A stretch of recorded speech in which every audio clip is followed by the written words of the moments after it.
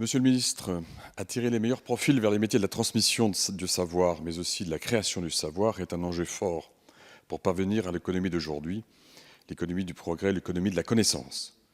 La France souffre actuellement d'un déficit d'attractivité des métiers de l'enseignement. Il est bien difficile d'y attirer les meilleurs d'une génération. Le salaire moyen s'élève à 2 461 € net et nos marges budgétaires sont très contraintes pour jouer sur le levier financier. Le sentiment de perte de sens est bien présent dans le corps professoral. Dans son rapport publié le 4 octobre dernier, la Cour des comptes dresse un tableau sévère de la gestion des enseignants. Présence de débutants dans les établissements difficiles, absence de gestion globale pluriannuelle, faible développement de la formation continue, etc. La liste est alarmante et les précédents quinquennats n'ont été qu'occasion manquée de réformer la formation, le recrutement et la gestion des enseignants pour raviver l'attractivité de la profession. Je me réjouis de la volonté que vous avez exprimée suite au rapport de la Cour des comptes de développer une vision globale et systémique permettant de favoriser le métier d'enseignant.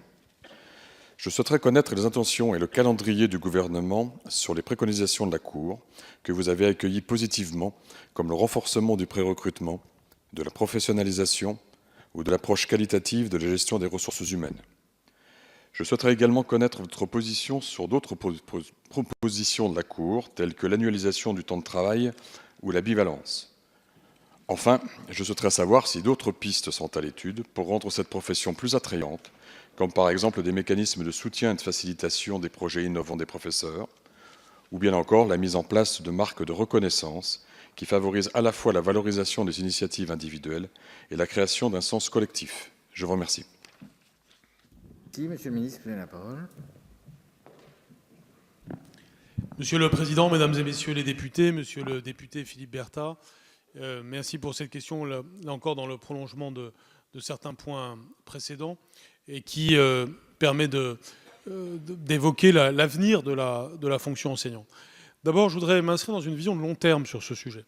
Au moment où il y a beaucoup d'interrogations dans notre société sur le futur de l'ensemble des métiers, du fait de l'évolution des technologies en particulier, j'ai la conviction profonde que j'essaye d'exprimer au travers d'une vision des ressources humaines, de la centralité de la fonction professorale dans toute société et en particulier dans la société française. Je pense que dans les prochaines décennies, nous aurons toujours plus besoin de personnes, d'êtres humains, qui garantiront la formation et la qualité de la formation des enfants, des adolescents, mais de la formation tout au long de la vie. Et je pense que les sociétés modernes y consacreront toujours plus de ressources. C'est une perspective qu'il faut dresser, parce que par rapport à certaines angoisses professionnelles qui peuvent exister pour les professeurs comme pour d'autres métiers, il y a au contraire des perspectives optimistes à dessiner et qui vont nous conduire à faire évoluer, bien entendu, le recrutement. On en a parlé ce soir avec la question du pré-recrutement en particulier, mais aussi à faire évoluer la formation, cette formation initiale et continue qui est si essentielle.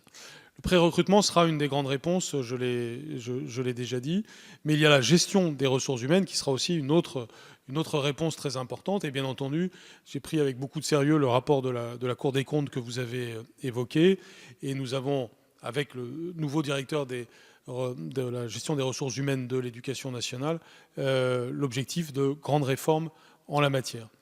L'objectif est d'avoir une gestion des ressources humaines plus humaine, c'est-à-dire une gestion des ressources humaines plus près du terrain. Nous l'avons entendu tout à l'heure lorsque un député d'outre-mer a souligné les difficultés que cela pouvait présenter spécifiquement pour les professeurs d'outre-mer. Mais ceci serait vrai aussi pour des académies de métropole. Nous avons besoin aujourd'hui de gérer au plus près du terrain. C'est un sujet bien sûr de discussion avec les organisations syndicales au cours des prochains mois. Nous devons arriver à un système qui sera gagnant pour l'ensemble des professeurs. Je suis assez convaincu que c'est possible. Sur ce sujet, comme sur d'autres, la comparaison internationale nous sera très utile. Merci, Monsieur le ministre.